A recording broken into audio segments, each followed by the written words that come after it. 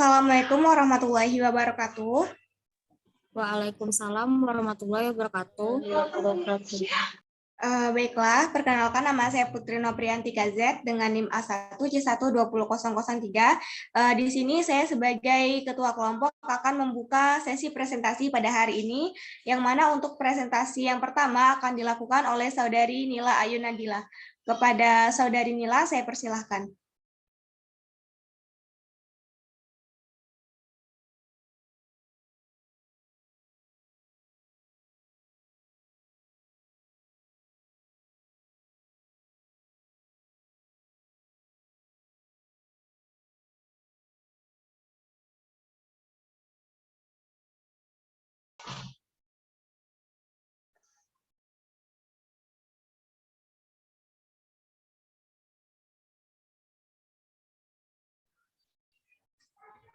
Assalamualaikum warahmatullahi wabarakatuh.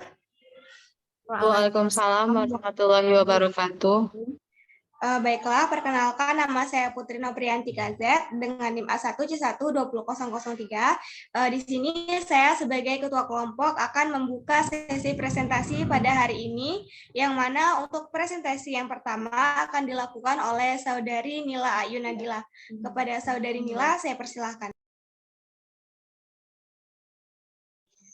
Baik, terima kasih kepada moderator. Baiklah, di sini saya Nila Ayu Nadila, NIM 011, akan mempresentasikan materi yang berjudul protein. Baiklah, slide selanjutnya.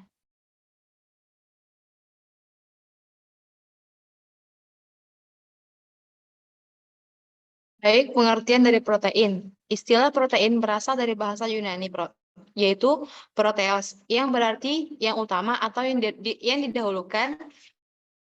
Diperkenalkan pada tahun 1830-an oleh pakar kimia Belanda bernama Dar, merupakan salah satu dari orang-orang pertama yang mempelajari kimia dalam proses dalam protein secara sistematik. Nah, protein adalah bagian dari sebuah sel hidup yang merupakan bagian terbesar tubuh sesudah air.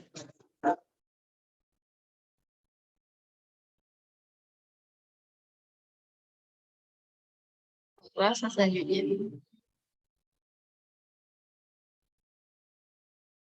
Astagfirullahaladzim. Fungsi dari protein yang pertama, membantu dan mendorong pertumbuhan dan memelihara susunan atau struktur tubuh dari sel, jaringan hingga ke organ-organ tubuh. Yang kedua, membantu tubuh dalam melawan, menghancurkan, dan menetralkan zat-zat dari luar atau asing yang masuk di dalam tubuh. Yang ketiga, memelihara dan menjaga keseimbangan asam basa dan cairan tubuh karena protein juga berfungsi sebagai buffer atau penahan. Yang keempat, mengatur dan menjalankan metabolisme tubuh karena protein sebagai enzim, artinya protein mengaktifkan dan masuk ke dalam reaksi kimia. Protein merupakan bahan dalam sintesis substansi penting seperti halnya hormon, enzim, antibodi, dan kromosom. Selanjutnya,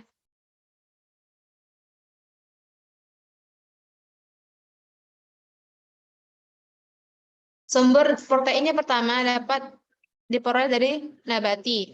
Hampir sekitar 70% penyediaan protein di dunia berasal dari bahan nabati atau hasil tanaman, terutama berasal dari biji-bijian atau serealia dan kacang-kacangan. Sayuran dan buah-buahan tidak memberikan kontribusi protein dalam jumlah yang cukup berarti. Sebagian besar penduduk di dunia menggunakan serealia atau terutama beras, gandum, dan jagung sebagai sumber kalori yang ternyata sekaligus juga merupakan protein yang penting. Selanjutnya,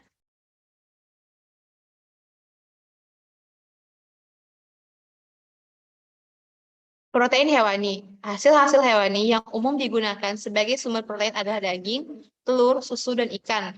Protein hewani disebut sebagai protein yang lengkap dan bermutu tinggi karena mempunyai kandungan asam-asam amino esensial yang lengkap yang susunannya mendekati apa yang diperlukan oleh tubuh. Ya.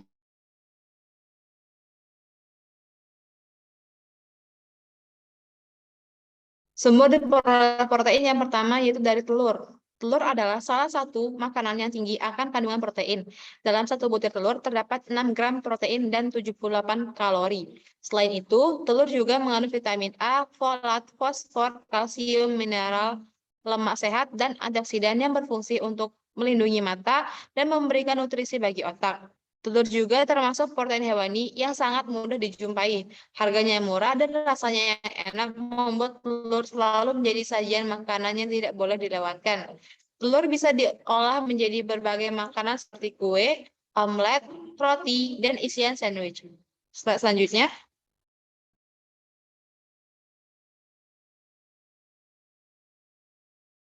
yang kedua yaitu tahu. Tahu yang terbuat dari kedelai ini dalam satu buahnya memiliki kandungan protein sebanyak 8 gram dan kalori sebanyak 78 kalori.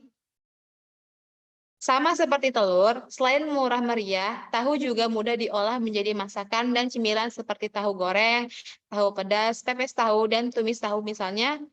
Selain enak dan gurih, manfaat yang diperoleh pun tidak main-main. Kandungan protein yang tinggi yang di dalamnya membantu menjaga kesehatan tubuh dan terhindar dari berbagai macam penyakit. Selanjutnya,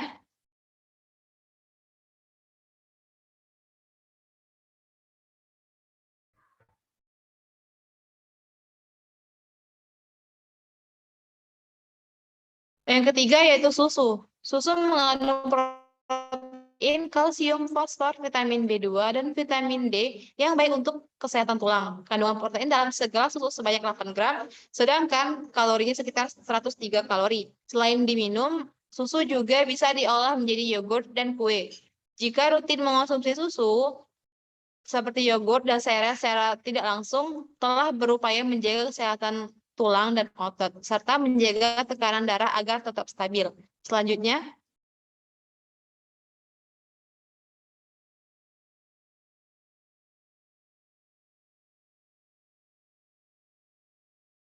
selanjutnya yaitu struktur protein. Yang pertama, struktur polimer.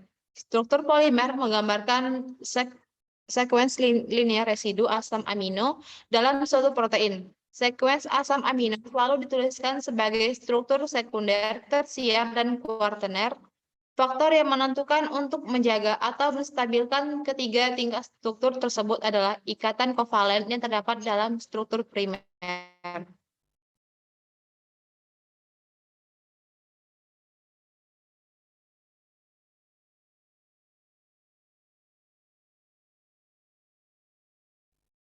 Yang kedua yaitu struktur sekunder. Struktur sekunder dibentuk karena adanya ikatan hidrogen antara hidrogen amida dan oksigen karbonil dari rangka peptida. Struktur sekunder utama meliputi alpha helix dan B-strand termasuk B-sheet. Yang ketiga, struktur tersier. Struktur tersier menggambarkan rantai polipeptida yang mengalami folded sempurna yang kompak. Beberapa polipeptida folded terdiri dari beberapa protein global yang berbeda dihubungkan oleh residu asam amino. Unit tersebut dinamakan domain. Struktur tersier distabilkan oleh interaksi antara gugus R yang terletak tidak bersebelahan pada rantai polipeptida. Pembentukan struktur tersier membuat struktur primer dan sekunder menjadi saling berdekatan. Selanjutnya,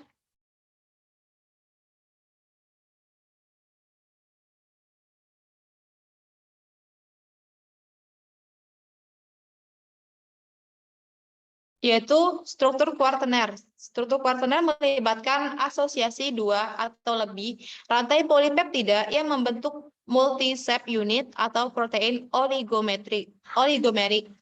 Rantai polipeptida yang membentuk multi-sub unit atau protein oligomerik.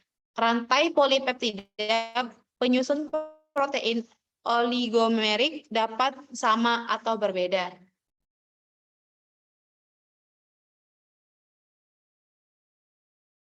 Selanjutnya yaitu klasifikasi protein. Yang pertama, protein serabut. Protein bentuk serabut terdiri atas beberapa rantai peptida berbentuk spiral yang terjalin satu sama lain sehingga menyerupai batang yang kaku. Kemudian karakteristik protein bentuk serabut adalah rendahnya daya larut, mempunyai kekuatan mekanisme yang tinggi, dan tahan terhadap enzim pencernaan. Kemudian protein ini terdapat dalam unsur-unsur struktur tubuh, kolagen, elastin, keratin, dan miosin. Selanjutnya,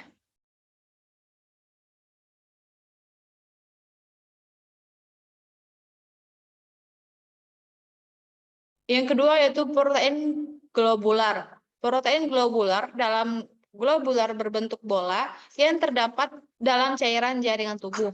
Protein ini larutan garam dan asam encer, mudah berubah di bawah pengaruh suhu, konsentrasi garam, serta mudah mengalami denaturasi. Albumin, globulin, histon, dan protamin. Yang ketiga, protein konjugasi. Protein konjugasi adalah protein sederhana yang terikat dengan bahan-bahan non-asam amino. Gugus non-asam amino ini dinamakan gugus prostetik. Nukleoprotein, lipoprotein, fosfoprotein, metaloprotein, hemoprotein, dan flavoprotein. Selanjutnya,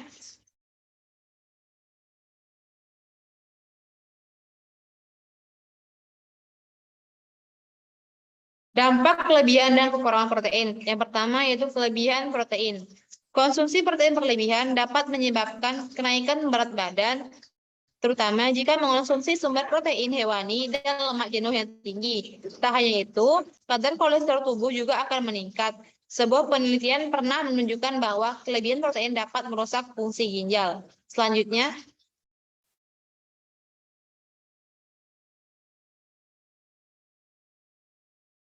kekurangan protein. Kekurangan protein bisa berakibat buruk bagi tubuh, seperti timbulnya berbagai gangguan kesehatan dan penurunan sistem imun. Dampak lain akibat defisiensi protein diantaranya rambut menjadi rontok, badan menjadi lemas dan mudah lelah, gangguan fungsi otak dan kesehatan mental, pertumbuhan dan perkembangan anak menjadi terhambat, serta proses penyembuhan luka pun menjadi lambat.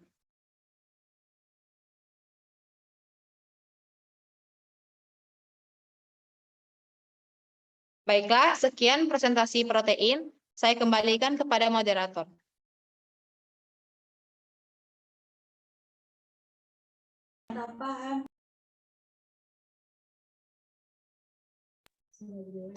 Baiklah, terima kasih kepada Saudari Nila atas presentasi yang telah ditampilkan.